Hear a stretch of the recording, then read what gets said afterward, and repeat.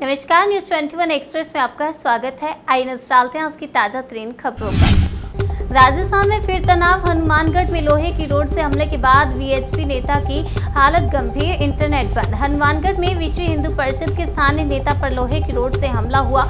माहौल गर्मा गया और हमले के विरोध में प्रदर्शन कर रहे लोगों ने सड़क जाम कर दी। अंतर्राष्ट्रीय नर्स दिवस पर बोले प्रधानमंत्री, नर्स हमारी धरती को स्वस्थ बनाए रखने में निभाती है अहम भूमिका। अंतर्राष्ट्रीय नर्स दिवस पर प्रधानमंत्री मोदी ने ट्वीट कर बधाई दी। कहा, नर्सों का समर्पण और उनकी करुणा अनुकरणीय है। कोरोना के 24 घंटे में सामने आए 2827 नए केस, 24 की मौत, 3230 मरीज हुए ठीक।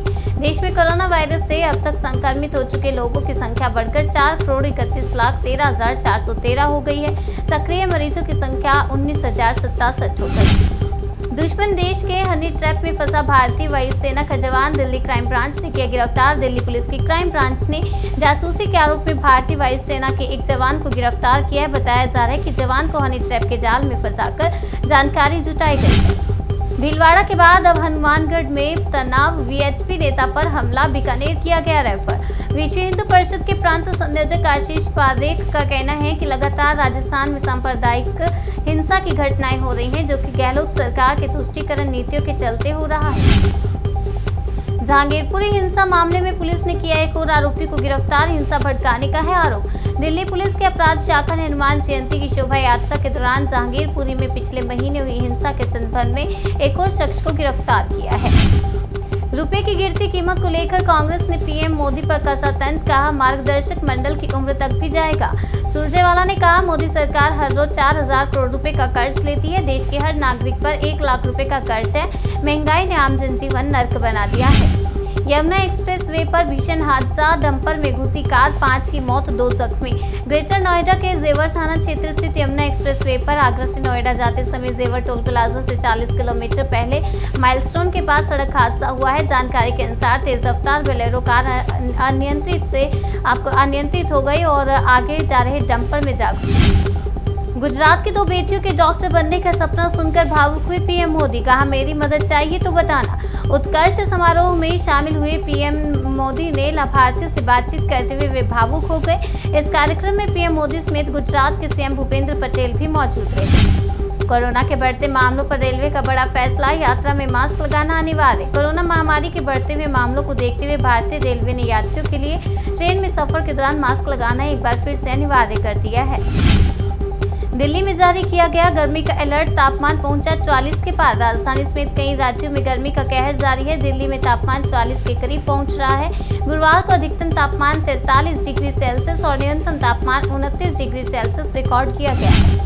यूपी के सरकारी कर्मचारियों पेंशनर्स को योगी सरकार की बड़ी सौगात, इसी महीने में मिलेगी कैशलेस इलाज की सुविधा। यूपी के 22 लाख सरकारी कर्मचारियों पेंशनर्स के लिए खुशखबरी है। दरअसल इसी महीने से सरकार कर्मचारियों और पेंशनर्स के लिए कैशलेस इलाज की सुविधा देना शुरू कर सकती है।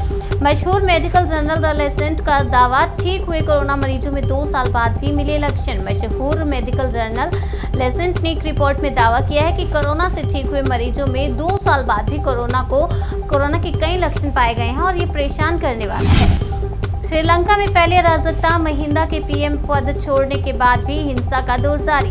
प्रदर्शनों को काबू करने के लिए उतारी गई सेना। सुरक्षा इतनी कड़ी कर दी गई है कि सरकार द्वारा ये निर्देश दिए गए हैं कि दंगा और हिंसा बढ़ाने वाले तत्वों को देखकर तुरंत गोली मार दी जाए।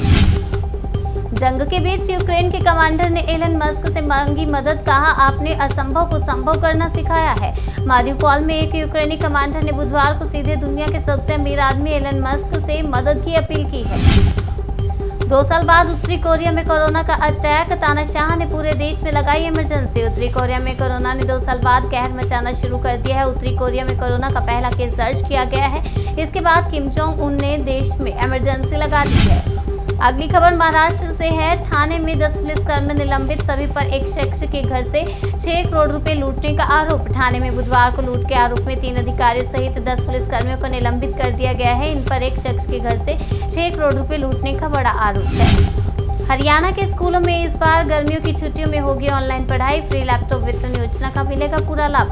हरियाणा के सरकारी स्कूलों में इस बार गर्मियों की छुट्टियों में 10वीं और 12वीं के छात्रों को ऑनलाइन क्लास कराई जाएगी। फ्री बांटे गए लैपटॉप की मदद से योजना पूरी होगी। न्यूज़ 21 एक्सप्रेस में आज के लिए फिलहाल इतना ही। तब तक के लिए बने रहिए हमारे साथ और देखते रहिए न्यूज़ 21।